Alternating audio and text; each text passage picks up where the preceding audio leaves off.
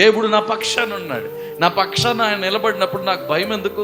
ఆయన నా పక్షాన నిలబడినప్పుడు నాకు వణుకెందుకు? అందుకే నీతిమంతుడు కదల్చబడ్డని సామెతలు 10వ అధ్యాయంలో రాయబడి ఉంది. నీతిమంతుడు ఏం కాడంట? కదల్చబడ్డు. కదలిచే పరిస్థితులు, నిన్ను చెదరగొట్టే పరిస్థితులు ఎన్ని ఎదురైనా కానీ నీతిమంతుడు కదల్చబడకుండా నిలబడ్డానికి కారణం ఏంటంటే తన దేవుని యందు తనకున్న నిరీక్షణ, తన దేవుని తనకున్న విశ్వాసము, తన దేవుని తనకున్న నమ్మిక.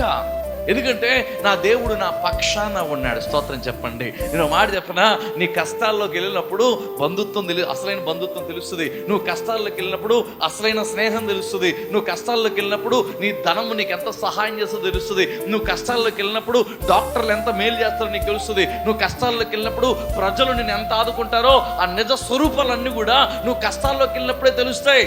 అన్నీ బాగున్నప్పుడు ఏమీ తెలియదచ్చా. అన్నీ బాగున్నప్పుడు స్నేహం ఏంటో తెలియదు, స్నేహంలో మనుషులు ఎలా ఉంటుందో తెలియదు.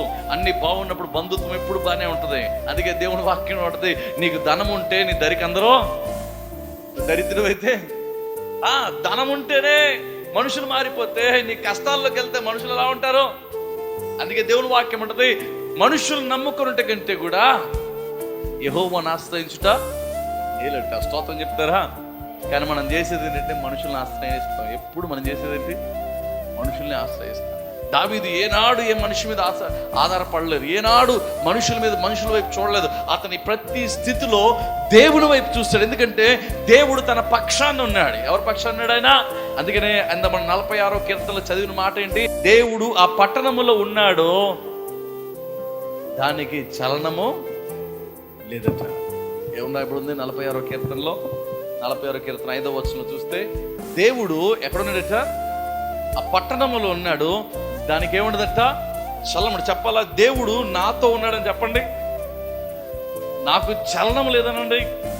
దేనికి చలనం లేదు? గిచ్చుతేనా లేకపోతే కొడితేనా? దానికి కాదు. ఎన్ని శ్రమలు వచ్చినా, ఎన్ని కష్టాలు వచ్చినా చలనం లేదు. దేనికి? నా విశ్వాసంలో చలనము లేదు. దేవునిందు నా నమ్మకములో చలనం లేదు. దేవునిందు నేను చూపుతున్న ఆత్మీయతలో చలనం లేదు. ఎన్ని కష్టాలు రానియండి, ఎన్ని ఇబ్బందులు రానియండి, నాలో చలనం లేదు. ఎందుకంటే దేవుడు నా పట్టణములో నా పక్షాన ఉన్నాడు. ఆయన నాతో ఉన్నాడు. నీకు కనబడకపోవచ్చు కానీ నా పక్షాన ఉన్న దేవుడు. దేవునికి స్తోత్రం చెప్పండి. ఆయన నా పక్షాన నుండి వాద్యమాడే దేవుడట. ఆయన ఏం చేస్తాడట? వాద్యమాడే దేవుడు. చెప్పండి, ఆయన ఏం చేస్తాడు? మన పక్షాన నుండి వాద్యమాడు. ఎవరితోటి? నువ్వు పోరాడలేని మనుషులతోటి, నువ్వు జయించలేని మనుషులతోటి ఆయన వాద్యమాడతారంట. స్తోత్రం చెప్తారా?